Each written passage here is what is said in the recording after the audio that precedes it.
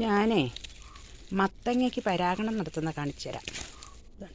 ഇത് ഇതിൻ്റെ ഉള്ളിൽ ഉറുമ്പുണ്ട്, അത് തട്ടിക്കളയാം. ഇത് ആൺപൂവ്.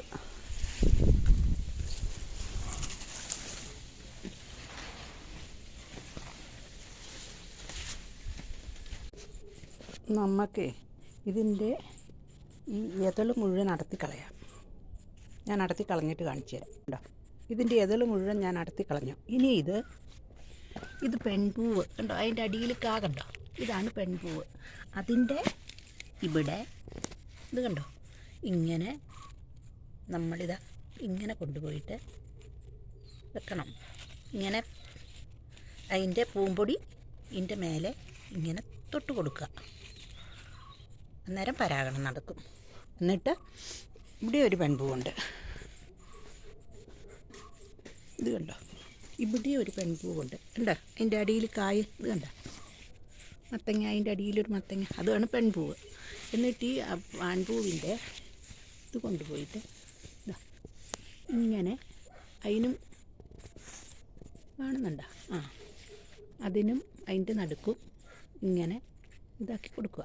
എന്നിട്ട് വൈകുന്നേരം ആകുമ്പോഴത്തേക്കും ഈ പൂ വാടിക്കഴിഞ്ഞ് കഴിഞ്ഞിട്ടുണ്ടെങ്കിൽ നമ്മളൊന്നെങ്കിൽ പ്ലാസ്റ്റിക് അല്ലെങ്കിൽ ഇത് കണ്ടോ എന്തെങ്കിലും ചാക്കോ, ഞാൻ ആദ്യം ഇത് പ്ലാസ്റ്റിക് ആയിരുന്നു എടുത്ത് വെച്ചത്. ഇത് കണ്ടോ, ഇങ്ങനെ മൂടിയിടണം.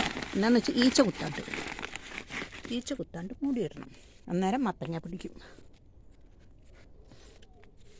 ഇത് കണ്ടോ, ഇന്നലെ ഞാൻ മത്തങ്ങയൊക്കെ പറിച്ചത് കണ്ടോ, തക്കാളിയൊക്കെ ഉണ്ട്. ഇതാ വലിയ തക്കാളിക്കാണ്, തക്കാളിക്ക് വയ്ക്കും. ഇത് നല്ലേനം തക്കാളിയാണ്. നിറയെ ഇങ്ങനെ തക്കാളിക്ക് കഴിക്കും. അതിന് കഴിഞ്ഞ പ്രാവശ്യം നമ്മളൊരു തക്കാളിയുടെ ഇങ്ങനെ കൂമ്പില്ലേ, അത് ഞുള്ളിക്കളഞ്ഞായിരുന്നു. അന്നേരമാണ് ഇത്രയും ഒരു തക്കാളിയായത് ഇതിങ്ങനെ എകരം വെച്ച് വന്നത്. എകരം വെച്ച് വന്നു കഴിഞ്ഞാൽ നിറയെ എല്ലായിടത്തും കായ്ക്കും. ഇങ്ങനെ കണ്ടോ, ഇതൊക്കെ ഒരു തക്കാളി ഒരു കൊലയിൽ കണ്ടോ എത്ര തക്കാളിക്കാണ് ഇങ്ങനെ കായ്ക്കും. ഇപ്രാവശ്യം ചക്ക ഒരുപാടുണ്ട് കേട്ടോ. ഇവിടെ 3, ഇതൊന്ന് 4, പിന്നെ വലുതായി തുടങ്ങിയത് 4, 8 ചക്കയുണ്ട്. പയറൊക്കെ പോയി.